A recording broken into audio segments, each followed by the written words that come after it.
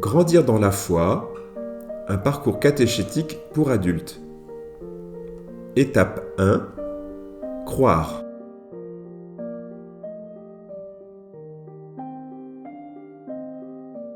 Question de vie. Quelles sont les personnes en qui j'ai une totale confiance ?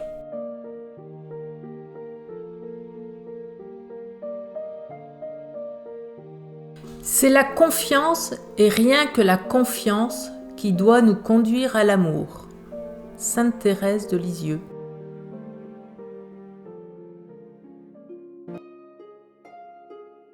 Non, pas à nous, Seigneur, non pas à nous, mais à ton nom. Donne la gloire, pour ton amour et ta vérité. Pourquoi les païens diraient-ils ? Où donc est leur Dieu ? Notre Dieu, il est au ciel. Tout ce qu'il veut, il le fait. Leurs idoles, or et argent, ouvrage de mains humaines.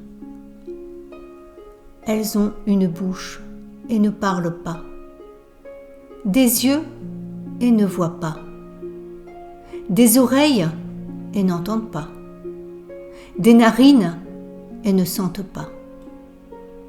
Leurs mains ne peuvent toucher, leurs pieds ne peuvent marcher.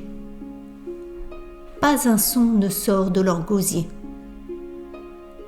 Qu'ils deviennent comme elles, tous ceux qui les font, ceux qui mettent leur foi en elles.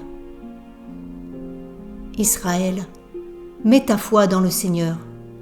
Le secours, le bouclier, c'est lui.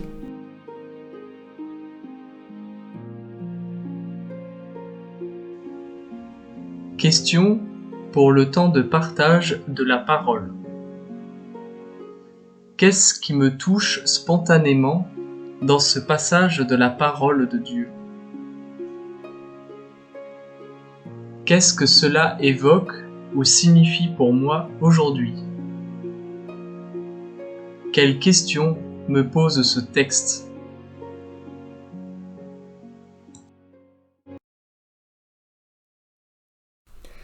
Introduction. Croire en Dieu. Question vitale. Les hommes et les femmes qui, d'une manière ou d'une autre, entretiennent un rapport avec Dieu sont dits croyants.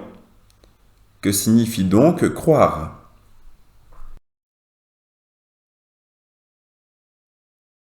Chapitre 1.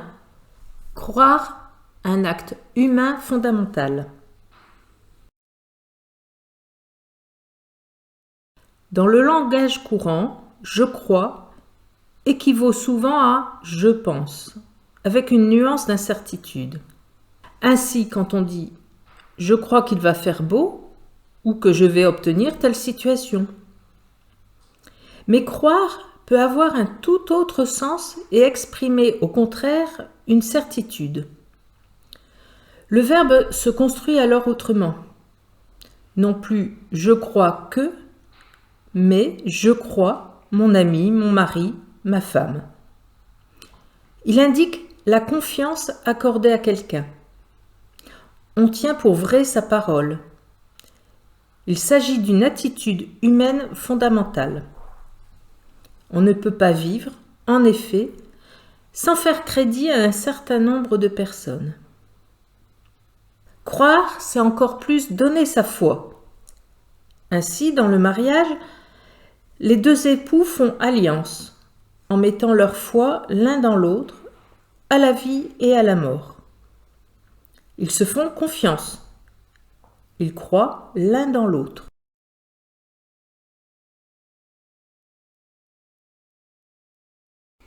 Chapitre 2. Croire en Dieu. Qu'en est-il donc de l'acte de croire en Dieu ? Pour répondre, il faut savoir de quel Dieu on parle. Il peut arriver que celui qui dit « je ne crois pas en Dieu » ait raison de refuser ce qu'il a en tête ou dans le cœur, à partir de ce mot, et que l'idée qu'il s'en fait ou dont il hérite ne soit pas digne du Dieu vrai. C'est alors un faux Dieu. Et la Bible, la première, ne cesse de lutter contre les idoles, les faux dieux. Par la révélation, Dieu nous apprend lui-même qui il est. Il nous empêche de le confondre avec les fantasmes de notre imaginaire, de nos désirs et de nos peurs.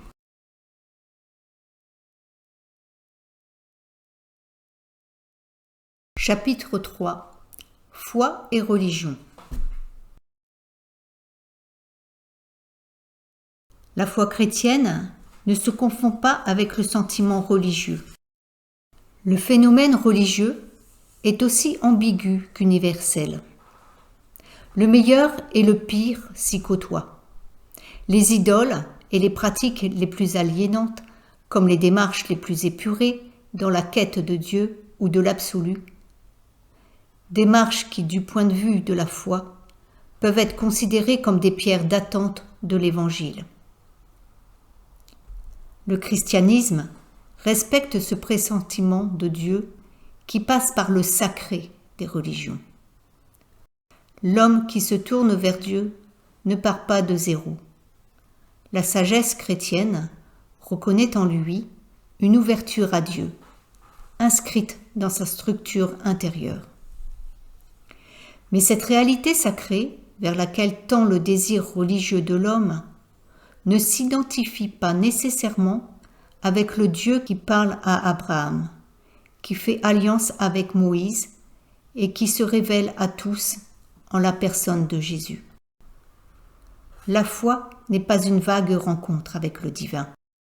C'est Dieu qui choisit librement de faire alliance avec les hommes. Ce n'est pas l'homme qui peut s'élever seul vers le monde divin, par l'extase ou l'ascèse, par des rites de purification ou de passage. Croire, c'est reconnaître à Dieu la liberté de sortir de lui-même pour venir à nous.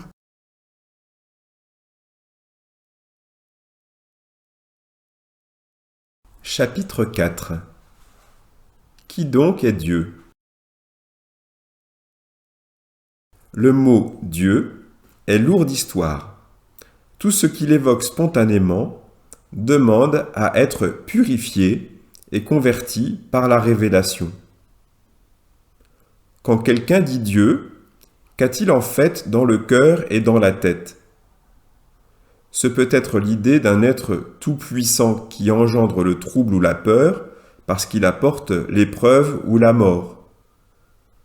D'autres fois, l'idée de Dieu est liée à la voix d'une mauvaise conscience qui accable. Dans la Bible, pour le peuple de la première alliance, la question de Dieu est celle de l'unique vrai Dieu. Elle se décide dans un débat et finalement dans une lutte à mort avec les idoles. Israël, entrant en relation avec les peuples voisins et séduit sans doute par la facilité de leur religion, connaît périodiquement la tentation de l'idolâtrie. Les prophètes ne cessent de le mettre en garde contre cette séduction et de dénoncer les faux dieux qui la provoquent. La tentation n'est pas moins grande aujourd'hui pour les fidèles du Christ. En effet, les hommes sont capables, même à partir de ce qu'il y a de meilleur, de se faire des idoles personnelles qui les enchaînent à eux-mêmes. Argent, pouvoir, sexe, travail, jeu.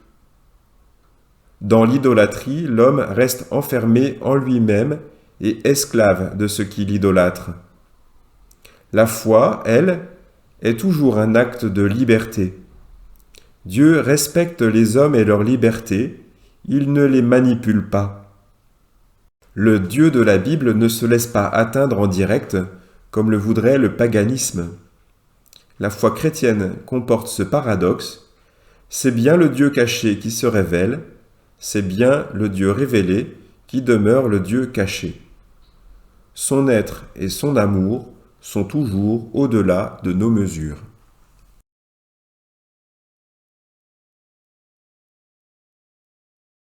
Pour moi, que veut dire « je crois » ? En quel Dieu je crois ou je ne crois pas. Comment présenterai-je le Dieu de la Bible ?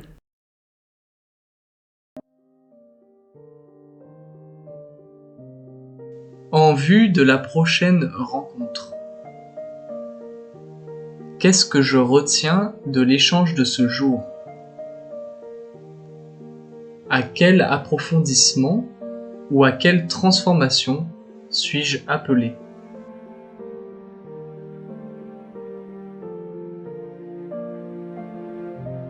Pensez à vous abonner, à liker et à commenter.